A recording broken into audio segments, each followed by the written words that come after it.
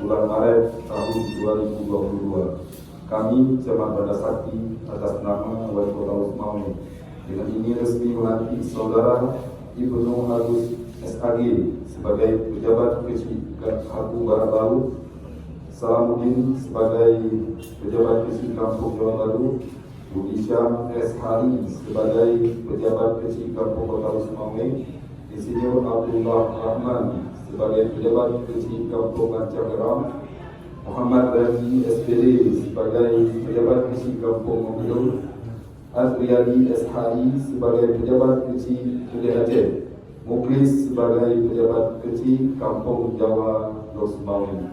Kami percaya bahwa saudara insyaallah akan melaksanakan tugas dengan sebaik-baiknya dengan tanggung jawab yang diberikan. Atas nama Wali Kota Losmawe, Camat Banda Sakti, tanda tangan.